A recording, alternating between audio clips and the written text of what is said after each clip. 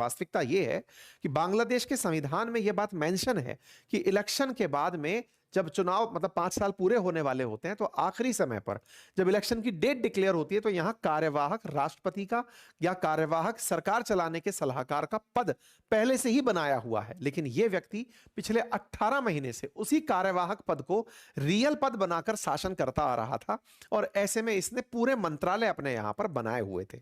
अब चूंकि इन्होंने जिनको समर्थन दिया वो चुनाव हार गए और वो व्यक्ति चुनाव जीत गया जो संभवतः पहले भी पार्टी चलाता आ रहा था, ऐसे में इनके तमाम प्रयास विफल रहे। ये जो नया बांग्लादेश बनाने के नाम पर जमात से पाबंदी हटाए, छात्रों के संगठन को मंजूरी दिए, अब जब वो इस पार्टी को शासन में देखेंगे तो अपने आप को पुराने दिनों की याद के साथ जोड़ेंगे। पहले भी इनके ऊपर तमाम केसेस थे, शेख हसीना ने इनके ऊपर काफी सारे केसेस किए हुए थे, लेकिन जब सत्ता पलटी तो सत्ता पलटने के बाद बांग्लादेश में इन्हें वापस से इनवाइट किया गया अमेरिका के कहने पर और इन्होंने खुद पे से केसेस हटा लिए। जहां तक बात हो बांग्लादेश के इलेक्शंस में माइनॉरिटी पॉपुलेशन की, वो चूंकि लगातार घटती जा रही है, ऐसे में बांग्लादेश में केवल 4 हिंदू ही चुनाव जीतकर आए हैं। लेकिन जब आप उनसे बात करते समय कहते हैं कि आप हिंदू हैं और चुनाव जीतकर आ गए हैं, तो वो अपनी आइडेंटिटी छुपाते हुए कहते हैं कि हमें हिंदू कह के संबोधित ना किया जाए, हम बांग्लादेशी होना ज्यादा पसंद करते हैं। खैर, फिलहाल के लिए बांग्लादेश में जो स्थिति अल्पसंख्यकों की है वो आंकड़ों में बयान होती है। लगातार 43% से आज 8% पर है। अगर 71 को भी लेकर चलें तो 20% से आज 8% पर अगर इनकी संख्या है, तो इसके पीछे बढ़ता हुआ कट्टरपंथ और बांग्लादेश में अल्पसंख्यकों का ना हो रहा संरक्षण जिम्मेदार है।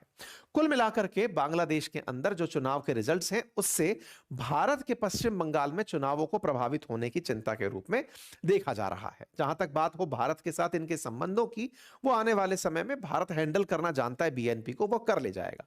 इनके बारे में अगर डिटेलिंग की जाए तो वो ये कि जिस दिन इलेक्शन घोषित हो, मतलब जिस दिन इलेक्शन होने वाले थे, उससे पहले एक वेल्थ स्टेटमेंट बाहर निकल कर आता है जिसमें से पता चलता है कि मोहम्मद यूनुस ने जिन 21 लोगों को मंत्री बनाया था उनमें से 18 की जो संपत्ति है ये पिछले 1-1.5 साल के अंदर बढ़ गई है, जिनमें मोहम्मद यूनुस खुद भी शामिल है।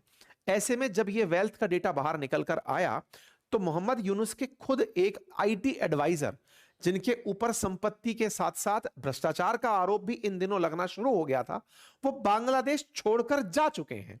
वो ऑलरेडी फ्लाइट लेकर के निकल चुके हैं। बांग्लादेश में ये बड़ी चर्चा बनी हुई है। इनके साथ में जितने भी लोग थे उन सब की संपत्ति में लगभग इजाफा हुआ है। बांग्लादेश के अंदर ये बड़ी चर्चा का विषय बना हुआ है। इनके सहयोगी फैज अहमद तैयब वो बांग्लादेश छोड़कर निकल चुके हैं। ये तारीख 14 फरवरी की बात निकल कर आती है, यानी जैसे ही बीएनपी सत्ता में आती है तत्काल